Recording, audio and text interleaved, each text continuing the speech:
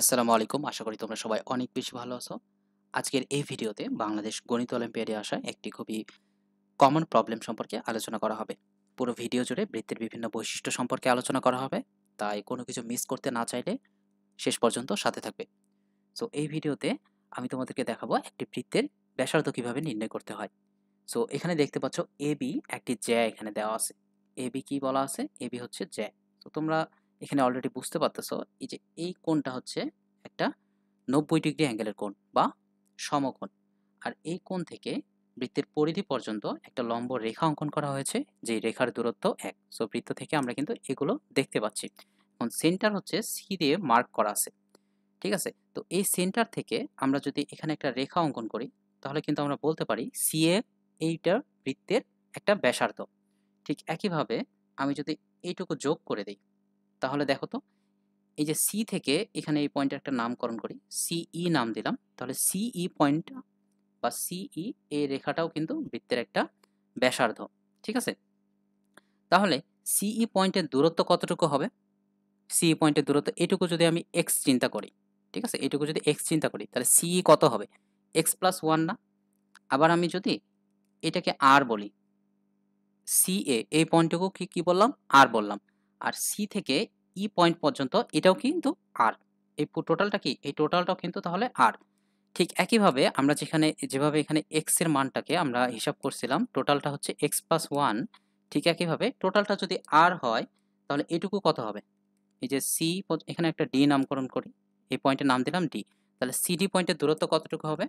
CD পয়েন্টের দূরত্ব হবে আর মাইনাস ওয়ান, তাই না? এইটুকু ডিস্টেন্স হচ্ছে ওয়ান, আর টোটালটা হচ্ছে আর। তাহলে এই যে সি আর ডি পয়েন্টের দূরত্ব এটুকু কত হবে?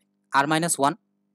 এখন দেখো তো এ সি ডি এটা কি একটা সমকোণী ত্রিভুজ। এই সমকোণী ত্রিভুজে কিন্তু আমরা পিথাগোরাসের সূত্র অ্যাপ্লাই করতে পারি এখন, তাই না?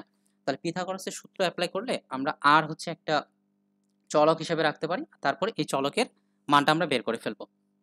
আর আমাদের এই সমকোণী ত্রিভুজের ভূমি কিন্তু অলরেডি দেওয়া আছে 2। তাহলে এরপরে আমরা কি লিখবো? আমরা হচ্ছে অতিভুজ স্কয়ার। আমরা পিথাগোরাসের সূত্র অনুযায়ী কি জানি? অতিভুজ স্কয়ার সমান ভূমি স্কয়ার যোগ লম্ব স্কয়ার। ভূমি কত?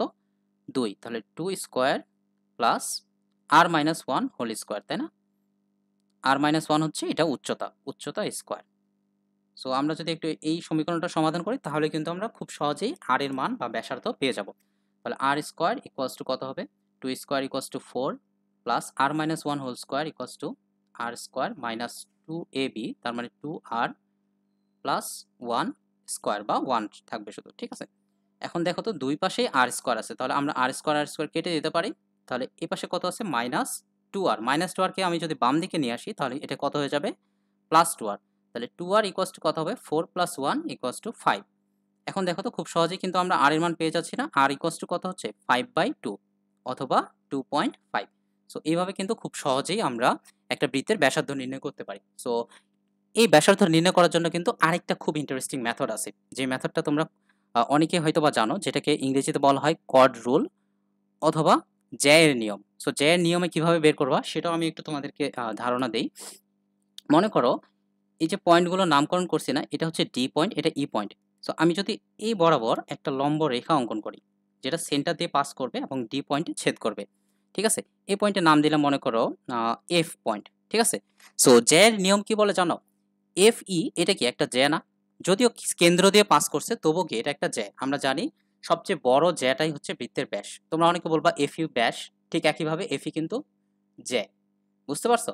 অর্থাৎ সকল ব্যাসই কিন্তু একটা জ্যা। তুমি এটা কিন্তু ব্যাস বলতে পারো, আবার এই ব্যাসটাও কিন্তু একটা জ্যা।